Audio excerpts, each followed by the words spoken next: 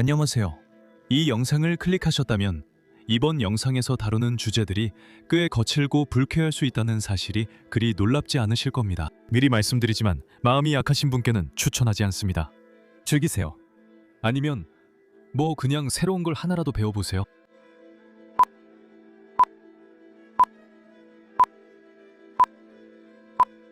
중세시대에는 고문이 공식적으로 허용된 신문 도구가 되었고, 단순한 처벌뿐만 아니라 피의자에게 자백을 받아내기 위해 사용되었습니다.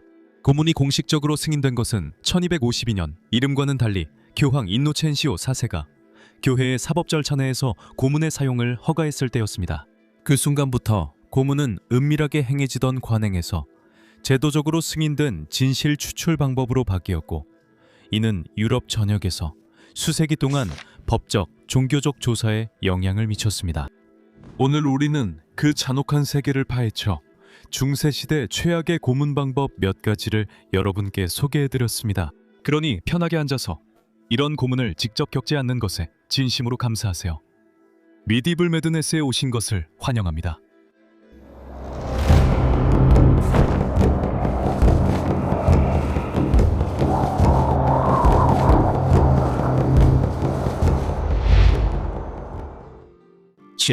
엄지나사.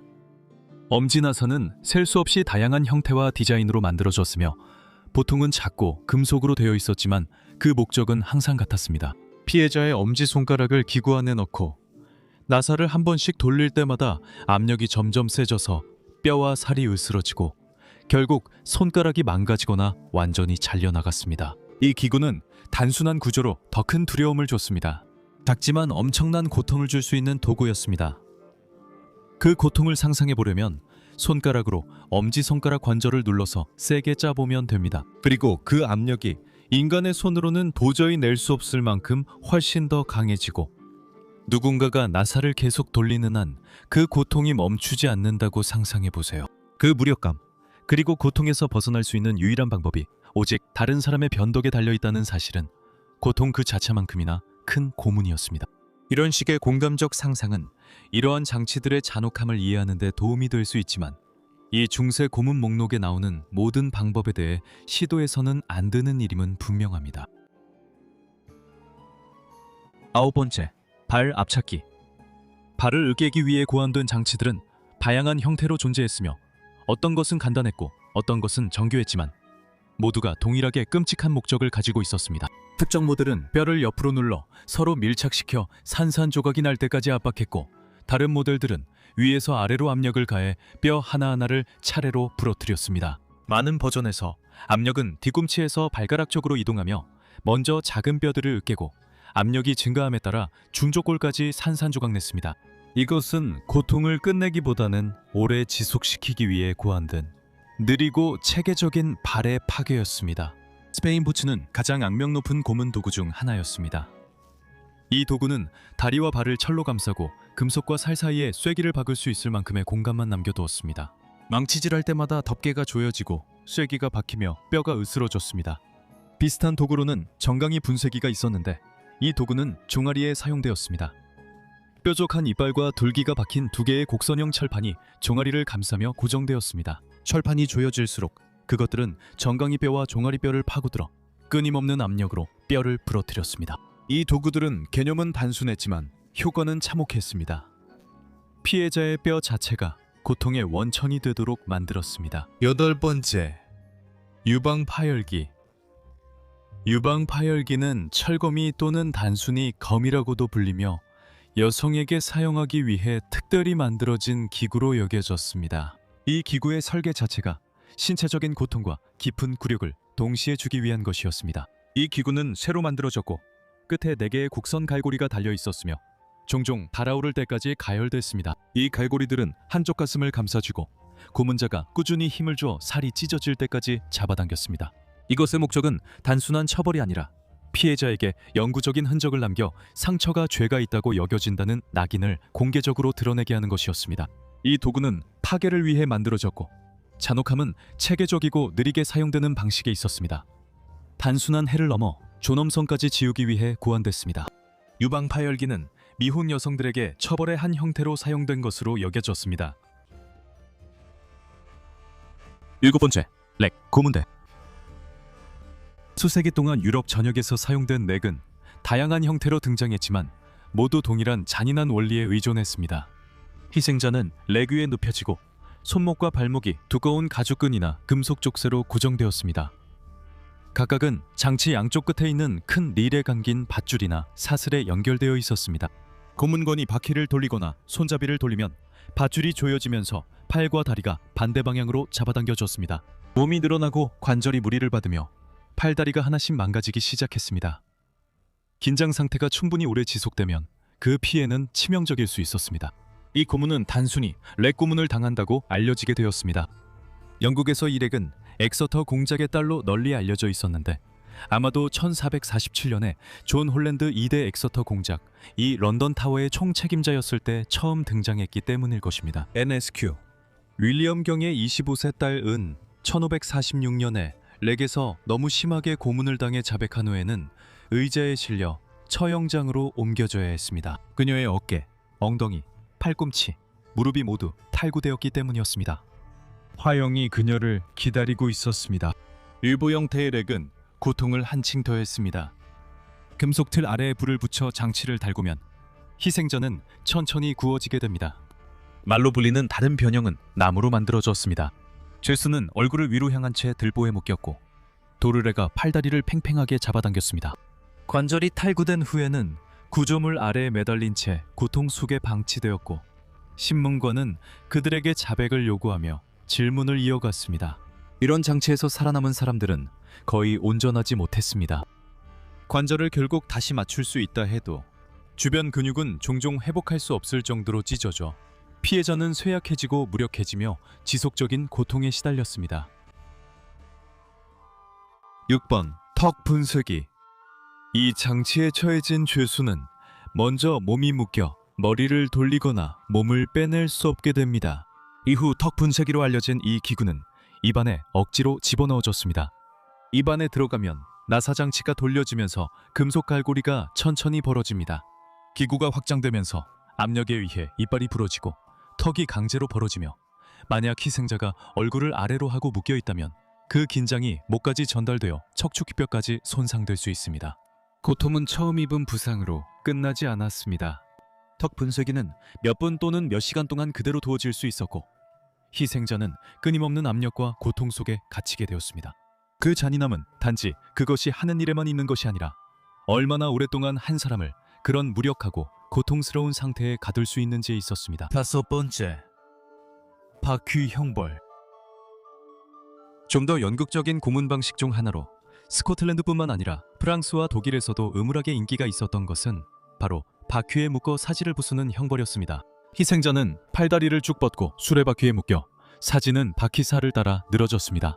그리고 고문관은 체계적이고 정밀하게 무거운 망치나 쇠막대를 내리쳐 관절마다 팔다리나 뼈를 산산조각냈습니다. 수레바퀴 자체가 파괴의 도구가 되었고 내리치는 매번의 타격마다 부서진 팔다리가 바퀴의 틀을 따라 휘어졌습니다. 죄수가 계속 침묵하면 고통이 더 심해졌습니다. 달궈진 집게로 살점을 뜯어냈고 이 모든 행위는 육체와 의지를 모두 꺾기 위한 것이었습니다.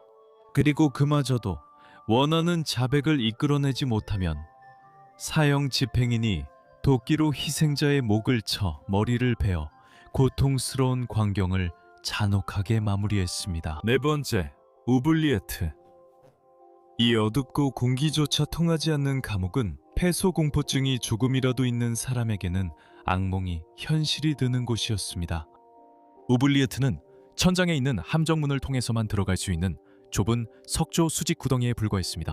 문이 쾅 닫히는 순간 죄수는 완전한 어둠에 삼켜졌습니다. 이 이름은 프랑스어 우블리에, 즉 있다에서 유래했으며 그것이 바로 이 감옥의 목적이었습니다. 만약 그들이 정보를 제공하지 않으면 그 안에 던져진 사람들은 기억에서 사라지도록 의도된 것이었습니다. 이러한 감옥은 점점 좁아지는 형태 때문에 종종 병 모양 감옥이라고 불렸으며 이 구덩이들은 거의 움직일 공간조차 제공하지 않았습니다. 포로는 똑바로 서거나 평평하게 눕지 못했습니다. 오직 쭈그리고 앉거나 웅크릴 수밖에 없었으며 비좁고 고통스러운 상태에서 생각과 어둠 속에 홀로 남겨졌고 일부는 굶주림에 방치됐습니다. 다른 이들은 생명을 유지할 만큼의 음식과 물만이 덧문을 통해 떨어져 느리게 고통받았지만 결코 정신을 온전히 유지할 만큼 충분하지는 않았습니다. 침묵과 어둠 속에서 시간은 사라지고 몸이 망가지기 훨씬 전에 정신이 무너졌습니다. 세 번째, 톱. 톱을 이용한 고문은 조금도 완곡하지 않았습니다. 이것은 단순한 처벌이 아니라 의로운 처형으로 여겨졌으며 당국이 느리면서도 공개적으로 죽음을 맞이할 자격이 있다고 생각한 사람들에게만 사용된 방법이었습니다. 피해자는 거꾸로 매달린 채 다리를 벌린 자세로 고정되었고 이는 냉혹하게 계산된 선택이었습니다. 2명의 집행인이 함께 다뤄야 하는 큰 톱이 사용되었습니다. 사타구니에서 시작된 톱날은 천천히 의도적으로 아래로 움직였습니다. 거꾸로 매달린 자세는 잔인한 목적을 위해 선택된 것이었습니다. 피가 머리도 몰리면서 피해자는 정상적이라면 불가능할 만큼 오래 의식을 유지했습니다. 그 결과 톱이 폐와 심장이 있는 가슴 부위에 도달할 때까지 그들은 계속 의식을 유지했습니다. 그제서야 비로소 의식을 잃고 다행히 죽음이 찾아왔습니다. 이 처벌은 동성관계로 고발된 사람들에게 자주 가해졌습니다. 남성과 여성 모두에게 영향을 미쳤지만 남성이 더 자주 표적이 되었습니다. 이 끔찍한 관행에 대한 기록은 스페인, 독일, 프랑스, 이탈리아 등 유럽 전역에서 발견되며 충격적으로 일부 지역에서는 19세기까지 계속되었습니다. 두 번째, 유다의 요람. 이 기구는 가이드 요람 또는 유다의 의자라고도 알려져 있으며 겉보기에는 매우 단순한 구조였습니다. 날카롭게 뾰족한 피라미드 모양의 좌석이 나무로 깎이거나 금속으로 만들어졌습니다. 희생자는 옷이 벗겨지고 결박된 채로 재물처럼 그 위에 매달렸습니다. 그리고 극도로 천천히 희생자는 피라미드의 끝이 몸의 가장 민감한 부위를 압박할 때까지 아래로 내려졌습니다. 접촉 지점은 여성의 경우 질, 남성의 경우 항문으로 죄수의 성별과 범죄의 성격에 따라 달랐습니다.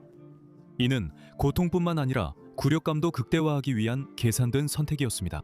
고통은 처음 내려가는 것으로 끝나지 않았습니다. 고문전은 피해자의 다리나 몸을 들어올렸다가 떨어뜨려 무게중심을 바꿨고 이런 움직임마다 몸 전체에 새로운 고통이 밀려왔습니다. 기름을 끝에 붓는 것은 자비에서가 아니라 마찰을 줄여 그 과정이 계속되게 하려는 것이었습니다. 줄을 피해자의 다리에 묶어 중력 자체가 고문의 공범이 되게 만들기도 했습니다. 고통을 오래 지속시키기 위해 죄수는 밤새도록 매달린 채로 방치되었고 아래에 있는 장치를 바라보며 새벽이 되면 다시 고문이 시작될 것임을 알면서도 견뎌야 했습니다. 만약 그들이 기절하면 고문자는 의식이 돌아올 때까지 기다렸다가 고문을 계속했습니다. 그 요람은 결코 청소되지 않았기 때문에 장치가 당신을 죽이지 않더라도 감염이 반드시 죽음에 이르게 했습니다. 어떤 이들은 빠르게, 다른 이들은 몇 시간 또는 며칠간에 걸쳐 죽음을 맞이했습니다. 하지만 유다의 요람의 진정한 목적은 단순한 육체적 파괴가 아니었습니다. 그것은 피해자를 완전히 모욕하고 존엄성과 사생활, 인간성을 모두 빼앗는 것이었습니다. 그 굴욕이 바로 핵심이었고 그래서 이 장치는 중세 고문의 역사에서 악명 높은 위치를 차지했으며 저희 목록에서 2위를 차지하게 된 이유입니다. 1위 크랭크. 때때로 고문으로 묘사되기도 하지만 이 절차는 한번 시작되면 생존의 가능성이 전혀 없었기 때문에 실제로는 느리고 의도적인 처형 방식이었습니다. 의식이 있는 죄수는 테이블에 묶였고 팔과 다리가 너무 꽉 고정되어서 움직일 수조차 없었습니다. 처형인이 손을 집어넣을 수 있을 정도로만 복부에 작은 절개가 가해졌습니다. 그곳에서 손으로 돌리는 장치에 연결된 갈고리가 장의 윗부분에 고정되었고 회전이 시작되었습니다. 희생자는 장치가 장을 조금씩 절개 부위로 끌어내는 동안 아무것도 할 수 없었고 고통과 공포 속에서 지켜보며 비명을 지를 수밖에 없었습니다. 그 과정은 고통스럽게 느리게 진행되었고 마지막에는 최대 18피트에 달하는 장이 크랭크에 감길 수 있었습니다.